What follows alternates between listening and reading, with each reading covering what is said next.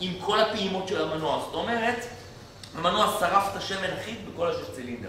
הוא לא שרף את השמן לא בצילינדר אחד נפרד או בשתיים נפרדים, שאז היית רואה פעימות של השמן ממש יוצאים מהאקזוז בפאפ פאפ פאפ פאפ פאפ, או בשתי צילינדרים או באחד. פה פשוט עבד 6 צילינדרים, והוציא את השמן בפלואו אחיד כמו דיסקוטק יום שישי 4 בבוקר. אז בעצם כמות העשן שיצאה פה מהאקזוז באוטו הזה היא הזויה.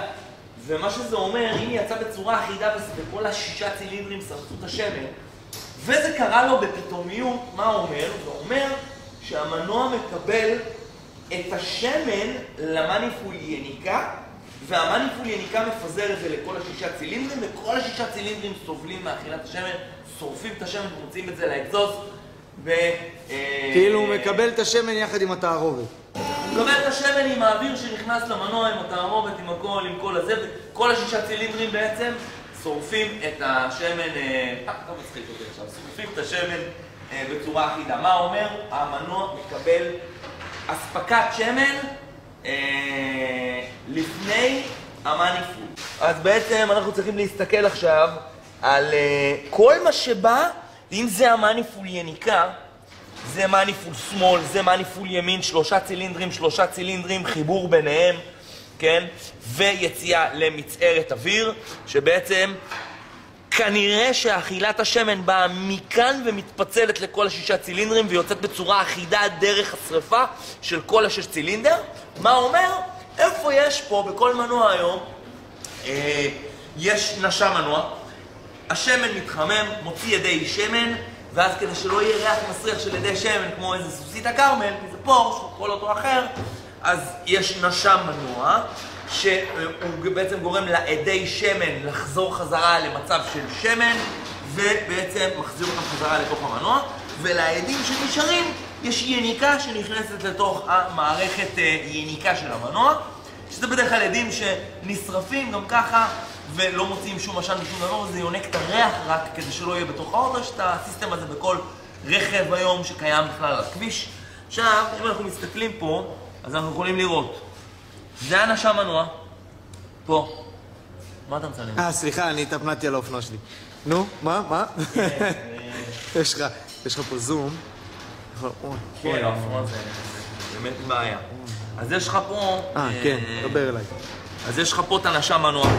אוקיי? בואו ננסה לאתר את הזה. יש לך פה את הנשם מנוע. הנשם מנוע, כמו שאתם רואים, מלמטה מקבל את העדי שמן של המנוע בחיבורים שלו התחתונים. מפה הוא מקבל יניקה אחרי המצערת. זאת אומרת, בין המצערת למניפול יניקה, כשהמצערת הזאת היא סגורה, כאן נוצר ואקום מאוד חזק.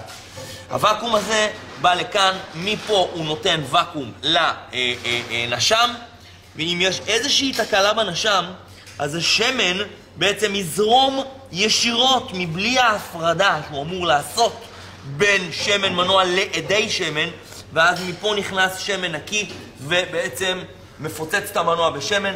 זה הערכה שלי, זה הדבר, התקשורת היחידה שאני רואה של אספקת שמן, של חיבור של שמן ליניקה של המנוע, רק דרך הנשם. אז בינתיים אנחנו אומרים, השמן לא מגיע מתוך המנוע, הוא מגיע מחוץ למנוע. הוא לא מגיע מתוך המנוע. לפי הערכה שלי ומה שאני ראיתי באקזוז, השמן פה לא יכול להגיע מתוך המנוע, כי אם הוא היה מגיע מתוך המנוע זה אומר שהוא או מהרינגים, או מהשסתומים, או איזשהו מעבר בפנים במניפול של שמן לתוך היניקה, ואם זה היה כזה מצב, אז זה היה אולי בצילינדר אחד, אולי בשתי צילינדרים, מקסימום 3 צילינדרים, היית רואה את הפימפומים בעבודה של המנוע. אבל זה יוצא בפלואו אחיד מכל השישה צילינדרים, כל השישה צילינדרים שורפים את השמן.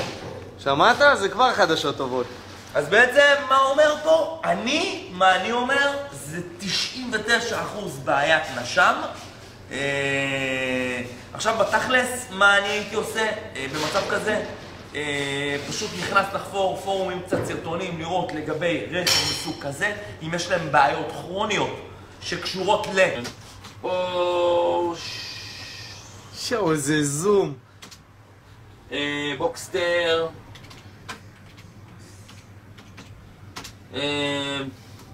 מה נכתוב? פורש בוקסטר, ווייט סמוק. סמוקינג. סמוקינג טייר. לא, נעשה סמוקינג, אוקיי? ואז בוא נראה מה... קבל ראשון. תראה. פורש בוקסטר, ווייט סמוק פיקס. הראשון שמופיע. בוא נראה. תיקון גראז'. בוא נראה רגע. At the back, the air separator would be right here. In order to open this, בבקשה. just push this ribbed part right here. Push both sides down. זאת אומרת, Pull it out. הוא כבר ניגש לחלק שכבר אמרתי שיש איתו בעיה. Well, I'm not gonna do it with one hand, it seems. This thing would work fine, but you gotta אז בעצם מה שיש לנו פה זה את הפתרון עם איך להחליף, עם איזה חלק להזמין גם. שמע, תן לי את המקד שלו, תוציא משם את המקד שלו, אני מזמין אותו עוד 3 שעות זה פה. בוא נזמין את החלק? יאללה, 3 שעות ממשיכים. 6 hours later. טוב, אז החתיכת פלסטיק שעשתה את כל הבלגן הגיעה, איך להתקין אותה. בוא נקווה שזה יפתור לו את הבעיה. איזה זוג תפוחים, יא בני. איזה זוג תפוחים. נו? התחלת להתאמן? קטנה. הנה יש פה... זהו? וואלה. וואלה. מה קורה, אחי? הכל טוב. אז מה אתה אומר? זה יפתור לנו את התקלה? יאללה, בוא נרים אותה לליפט.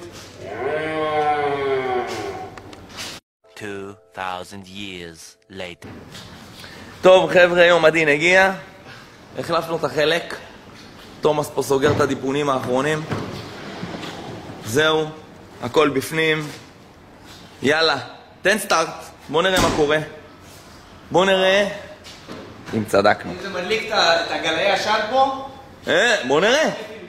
אל תדאגו, הנזילות שמן האלה זה לא מהאוטו הזה, זה מאוטו אחר שהיה על הליפט. תן לו אחד. האוטו, כמו שאתם רואים, קצת מבואס, אבל אנחנו נסדר אותו, נתקן אותו, זאת המטרה. כבר נשמע טוב. פליז, פליז, פליז, פליז, פליז. אל תעשן. אל תעשן. היה אמור כבר למסך פה את כל המקום.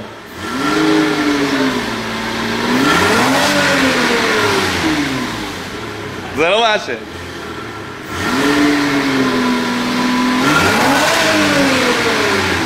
זה לא מעשן.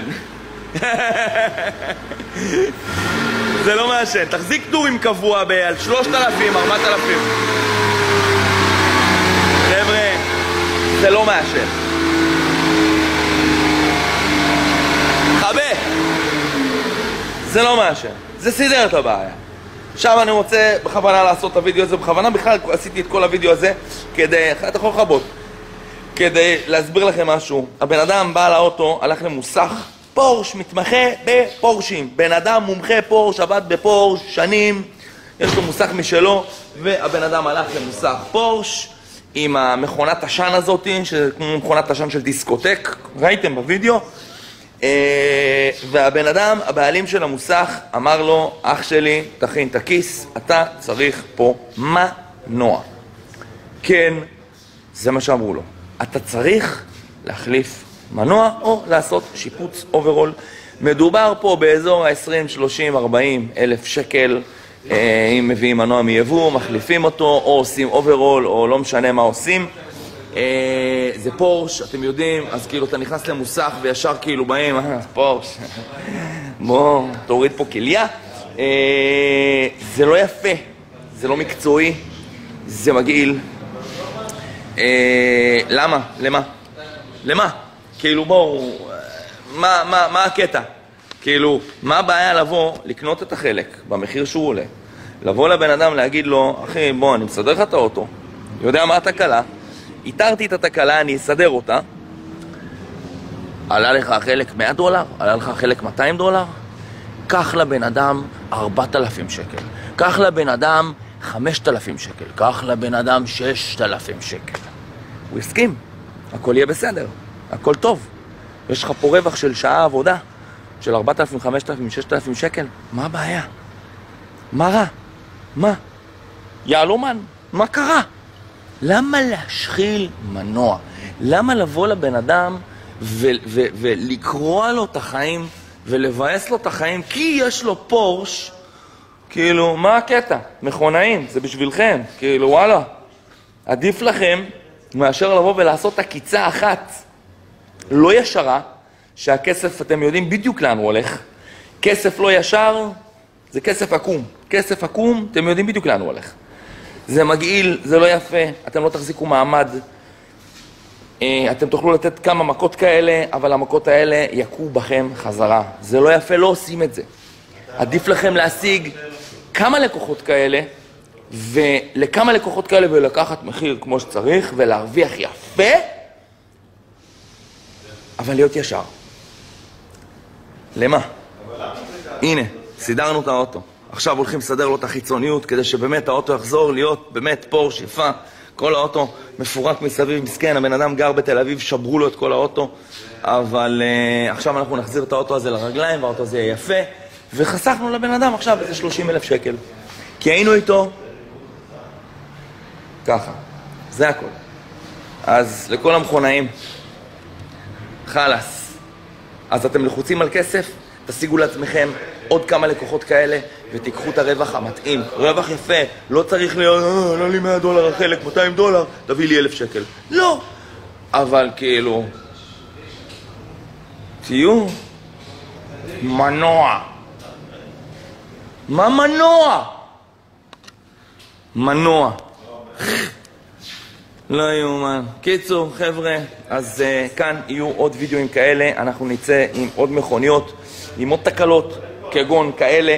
אם יש לכם רכבים עם כל מיני תקלות שאתם לא מצליחים לאתר, איתור תקלות, אני ממש טוב באיתור תקלות, כמו שראיתם, אז אם אתם רוצים, שלחו לי תקלות שיש לכם, ואני אנסה לפתור לכם את זה, אפילו אונליין, ונעשה מזה וידאו אפילו, ונעשה קצת סדר בבלגן.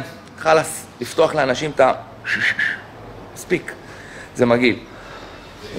אפשר לקחת סכומים מאוד מאוד יפים על תיקון בעיות כאלה, ולהרוויח ממש יפה, ולהשיג הרבה יותר לקוחות ולהיות ישרים, זה הכל. אז יאללה, הנה האוטו מוכן, הבן אדם כבר בא לקחת את האוטו, והוא מבסוט, הוא עף לעננים. עוד לקוח, מבסוט, מאושר. יאללה, ניפגש בתקלה הבאה.